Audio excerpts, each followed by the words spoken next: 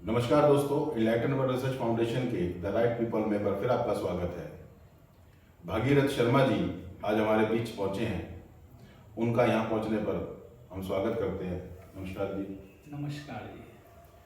भागीरथ जी के बारे में बता दूं कि ये गवर्नमेंट सर्वेंट रहे हैं अपने समय के, और 60 साल की रिटायरमेंट लेने के बाद, 58 साल की रिटायरमेंट लेने के बाद अब ये एक छोटे से व्यवसायी के तौर पर अपना काम करते हैं। बच्चों के साथ, बहू बेटियों के साथ जो भी इनकी जिम्मेवारी उनको पूरा करते हैं। बट इसके साथ साथ अपना जो 60 के बाद का जो दशक है आदमी का जीवन का, उसको कैसे बिता पा रहे हैं, उसको कैसे चला पा रहे हैं, उसमें क्या जिम्मेवारी, किस तरीके से अपना समय व्यतीत करते हैं, उस विषय पर चर्चा करेंगे। क्योंकि वानप्रस्थ नामक हमारा प्रोजेक्ट जल्द ही आप लोगों के साथ रूबरू कराना चाह रहा हूँ। भागीरथ जी, आप गवर्नमेंट सर्वेंट रहे हैं, तो आप कौन से डिपार्टमेंट में थे? मैं Haryana irrigation and water resources से रिटायर्ड हुआ हूँ। अच्छा, सिंचाई विभाग से? सिंचाई विभाग से। दोस्तों, सिंचाई विभाग से चूंकि है और हमारा बड़ा इंटरेस्ट रहता है सिंचाई का, पानी का, जल संरक्षण का, उस पर भी चर्चा करेंगे। भाई 58 साल की उम्र में आप हरियाणा सरकार से रिटायर हुए? मैं 58 साल की उम्र में जी।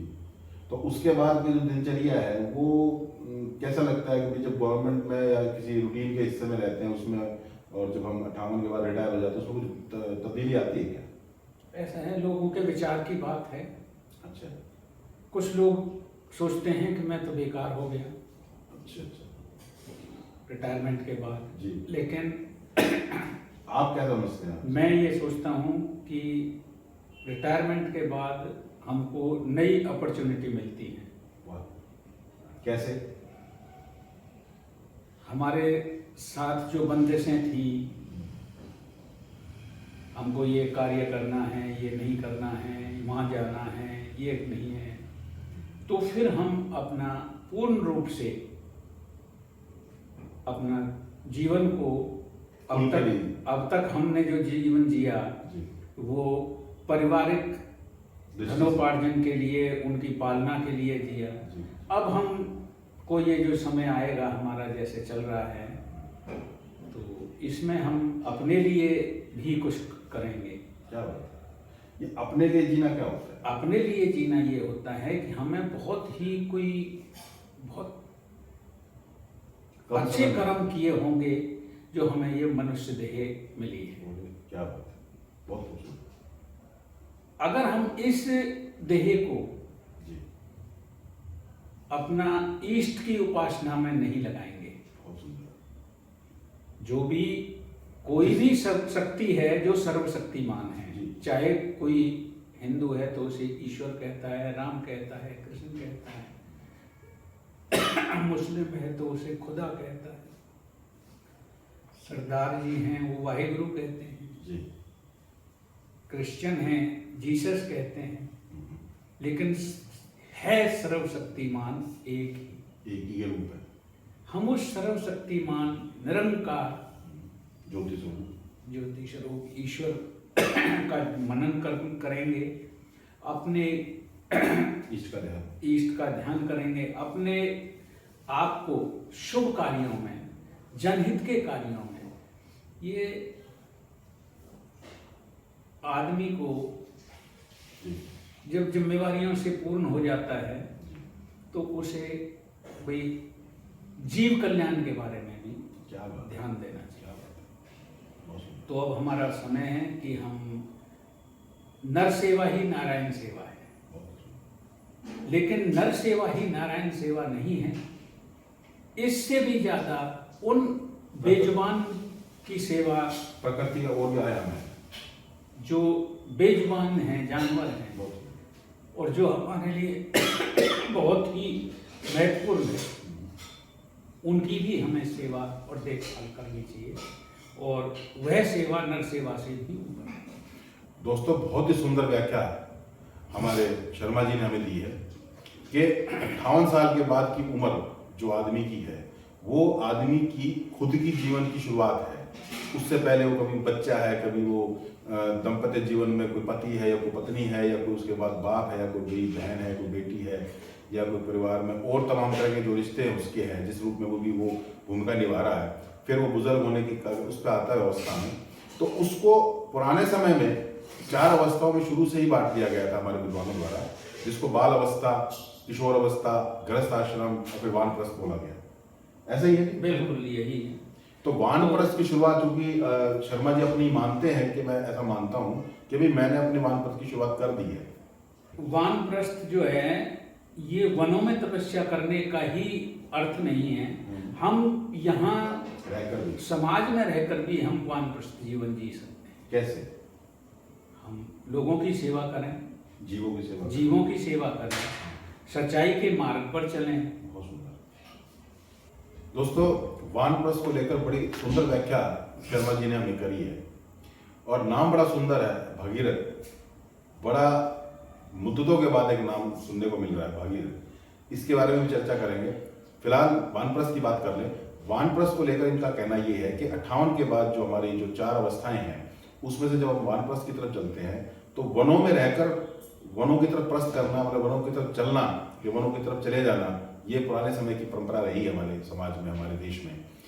और अनादि समय से हमारा ऐसा व्यवस्थाएं रही हैं, साधु संतों की, पीर फकीरों की, या जो भी हमारे उस टाइम के लोग रहे हैं, उनकी सेवा करना, उनके सानिध्य में रहकर जीवन का अंतिम पड़ाव पूरा करना होता था।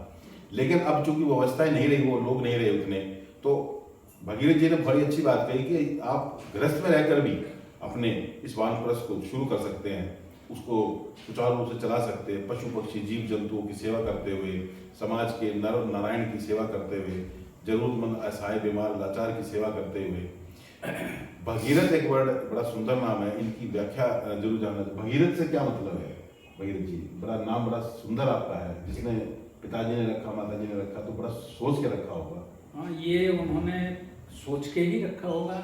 जो भी नाम हमारे हिंदू संस्कृति में रखे जाते हैं, तो भगीरथ कोई राजा भी हुए हैं? हाँ, ये श्री राम जी के परिवार में, मतलब बहुत पहले पीढ़ी में हुए, तो भगीरथ से प्रयास भी बोला गया है। हाँ, भगीरथ बहुत कठिन प्रयास करना किसी कार्य के लिए, तो उसके लिए हम बोलते हैं बहुत भगीरथ प्रयास किया है। ये तो ये राजा सगर हुए थे, जिनके 60,000 पुत्रों को कपिल मुनि ने श्रापवश भस्म कर दिया था। तो उनकी मोक्ष नहीं हुई थी, और ये उनको फिर जब वो किया तो सगर ने, तो ये कहा भाई गंगाजल जब इनके उस पे आएगा तो इनकी मोक्ष होगी। तो उसी पीढ़ी से ये जो उस प्रयास को, गंगा को पृथ्वी पर लाने के लिए ये प्रयास कर रहे थे, तो उनके पीढ़ी में ही आगे चलकर ये भागीरथ राजा हुए, और वो गंगा को।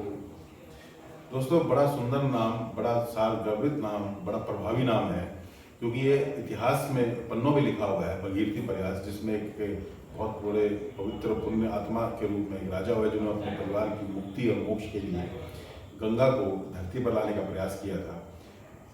इनसे भी बात करते हैं। आपने भी ऐसा प्रयास किया अभी तक कि आप अपने नाम को चरितार्थ कर पाए? क्योंकि नौकरी में तो नौकरी कर ली, बाकी के काम अभी आप शुरू कर रहे हैं, तो अभी उसके लिए कुछ सोच रखा है, कुछ कर रहे हैं उसके ऊपर कुछ काम?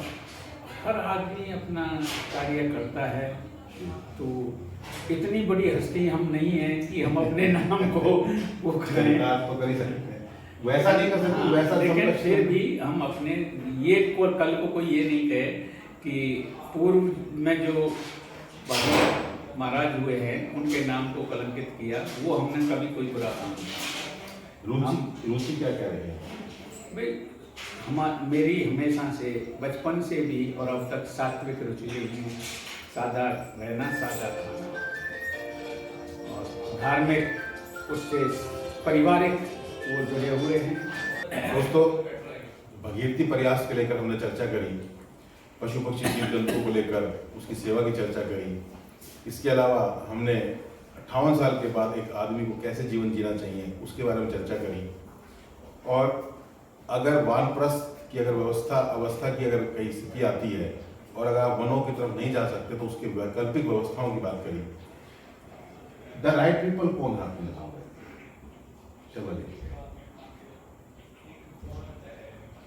राइट पीपल वो ही है जो अपना सब जनहित में कार्य करे, वही पीपल, वही मनुष्य सही है। उसमें आप कहो कि भाई राजनीति में राइट पीपल तो राजनीति में स्वार्थ की राजनीति, आज कोई भी राइट पीपल स्वार्थ से, कोई भी राजनीतिक बिना स्वार्थ के राजनीति नहीं करता है। समाज में ये जो अपना सामाजिक दायित्व को निभा रहे हैं उसमें बहुत ऐसे यूं कहते हैं कि जो गुदड़ी में छुपे हुए लाल हैं, उनको कोई जानता तक नहीं। हाँ, राजनीति में हमारे कोई 2-3 सांसद ऐसे हैं जो आज एक सांसद होते हुए भी वो साइकिल की यात्रा पे है, साइकिल से यात्रा करते हैं, उनके पास रहने को घर नहीं है, वो है राइट पीपल। किसी भी क्षेत्र में जो सही ईमानदारी से काम करे, जो अपना दौलत को महत्व ना दे करके कार्य को महत्व दे अपना, वो है सही, वही सही कार्य कर सकता है। और जो दौलत के ऊपर जाएगा तो वो दौलत के नशे में रहेगा, दौलत कमाएगा, भौतिक चकाचौंध से दूर रहेगा। भौतिक चाहे उसे कुछ भी पद दे दे, जिसे पद, पैसा, कोई भी चीज का मोह नहीं हो और वो निस्वार्थ भाव से कार्य करे, वो ही राइट पीपल है और वही सही सच्चे मायने में कार्य करता है। अध्यात्म क्या है?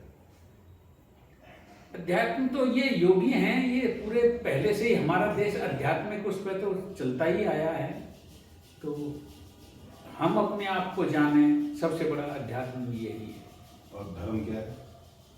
धर्म की परिभाषा भिन्न भिन्न उसमें अलग है। किसी भी प्राणी को दुख दर्द नहीं देना, यही सच्चा धर्म है। मानव का मजहब नहीं सिखाता आपस में बैर रखना, हिंदू हैं हम, वतन है हिंदुस्तान। तो कोई भी धर्म ये नहीं कर सकता। हमारा जो सत्य सनातन धर्म है ये तो बिल्कुल भी किसी को बैर रखना नहीं सिखाता। मानव होने का जो जन्म है, जिस मानव जन्म लेता है, उसका उद्देश्य क्या है? मानव जन्म तो प्रभु की कृपा से मिलता है, लेता थोड़े ही है। मानव तो प्रभु ने हमें मानव पैदा कर दिया, बना दिया, तो उसका हमारा सबसे मुख्य उद्देश्य ये है कि हम किसी की आत्मा को नहीं दुखाएं, चाहे कोई प्राणी है या कोई मनुष्य है। तो मानव का तो उद्देश्य जब ही सफल हो जाता है जब हम किसी के साथ बुरा नहीं करेंगे, किसी की आत्मा को नहीं दुखाएंगे, किसी के साथ छल कपट नहीं करेंगे। प्रकृति क्या है? प्रकृति ये जो हमारे आम सामने है, सारी चीजें प्रकृति में ही हैं। घास फूस, पेड़ पौधे, जन जीवन, ये सारा प्रकृति है। जो इंसान की भौतिक जगत की जो यात्रा है उसने इस प्रकृति को नुकसान किया है? बहुत नुकसान किया है। हम अपने स्वार्थ के लिए प्रकृति से ही खेल रहे हैं और क्या कर रहे हैं। ये जो उत्तराखंड में पीछे केदारनाथ जी में जो प्रलय हुई, वो प्रकृति से खिलवाड़ का ही नतीजा था। हर देश में जब भी प्रकृति से छेड़छाड़ की, वहां प्रलय हुई, वहां कोई ना कोई संकट आया। तो इस प्रकृति की छेड़छाड़ से जो नुकसान होता है उसको कोई भरपाई करने का तरीका? उसकी कोई भरपाई नहीं। प्रकृति से जो भी नुकसान होगा वो इतना होगा कि उसकी भरपाई करना असंभव है। तो प्रकृति अपना कोई अलग से कुछ वो लेते हैं उसमें, जैसे कहते हैं उसको क्या बोल सकते हैं, कोई अपनी तरफ से कोई उसका जो अधिकार वो लेना चाहती है या चाहती है या लेना चाहती है, वो तो कैसे लेती है? प्रलय या जैसे हम प्रकृति तो भाई देखो, हम किसी चीज के साथ भी नाइंसाफी करेंगे तो उसका हमें नतीजा भुगतना पड़ेगा। हम किसी आदमी को नाजायज बहुत दबाएंगे तो एक दिन वो लिमिट आएगी, वो आदमी कोलैप्स करेगा, दबेगा नहीं, उसका संयम कोलैप्स वो या तो अपने आप को खत्म करेगा या हमारे साथ कोई गलत काम करेगा। तो यही है, जब हम प्रकृति का दोहन गलत करते हैं तो प्रकृति, हम कह दें सादा भाषा में, देसी में कह देते हैं प्रकृति नाराज। लेकिन नाराज क्यों है ये नहीं सोचते। नाराज ये हमने उसके साथ में जो खिलवाड़ किया है, जंगलों को काटा है, पहाड़ों को काटा है, सुरंगें बना दी, ये कर दिया, वो कर दिया, तो फिर कुछ ना कुछ तो उसका नतीजा हमें भुगतना नहीं पड़ेगा। चेतना क्या है? चेतना चेतना यही है कि हम अपने आप को जाने, ये चेतना है। चेतन इंसान कौन है? चेतन इंसान वो है जो अपने आप को जान गया। बाकी खाली सांस लेके हम जिंदे हैं तो इसको हम चैतन्य नहीं कह सकते। जो अपने आप को जान गया, जो अपने आप में अपने आप को पहचान गया, वही चैतन्य है, वही चैतन्य पुरुष है। बाकी तो यूँ तो 6-7 करोड़, 600-700 करोड़ आदमी हैं। दोस्तों, बड़ी सुंदर व्याख्याओं के साथ एक एक शब्द पे इन्होंने अपनी एक एक लाइन की परिभाषा दी है, जिन्होंने ये माना कि आपकी प्रकृति, आपके प्रकृति के प्रति आपके दायित्व और प्रकृति के दायित्व के अलावा आपकी चेतना और चेतना से संबंधित आपके बाकी के विषय वस्तु, अगर आप उस पर सानिध्य ले लें या उस पर समय रहते संकल्प लेके या समय रहते उस पर विकल्पों को तलाश कर नहीं आते, तो निश्चित तौर पर आपको प्रकृति के प्रकोप का कहीं ना कहीं एक दंश झेलना पड़ सकता है, जिसको हम कोरोना के रूप में मान सकते हैं या किसी और महामारी के रूप में। इससे पहले कि फिर कोई ऐसी त्रासदी, ऐसे कोई दस्तक माँ प्रकृति हमें दे, हम आपसे इन अनुभवों को हमेशा सीरीज में लाकर साझा करते रहेंगे और ये जानते रहेंगे कि भाई इनके विकल्पों को तलाशा जाए तो उसमें कौन कौन से विकल्प शामिल हो सकते हैं। आज इस साक्षात्कार को लंबा समय और ना ले जाते हुए मैं यही कहना चाहूँगा कि अगर 58 साल के बाद आपके पास समय भगवान ने दे रखा है, आपको जिम्मेवारी पूरी करने की संसाधन दे रखे हैं, आपके परिवार के सुख सुविधाओं को लेकर आप बिल्कुल निश्चित हैं, तो बाकी का समय आप प्रकृति के और परमपिता परमेश्वर परम शक्ति के, परमपिता परमेश्वर परम शक्ति के तमाम तरह के जो आयाम हैं उससे जुड़े हुए जो आपके दायित्व हैं उनको पूरा करने में लगाएं। इन्हीं शुभकामनाओं के साथ आज मैं विदा लेता हूँ। नमस्कार। नमस्कार।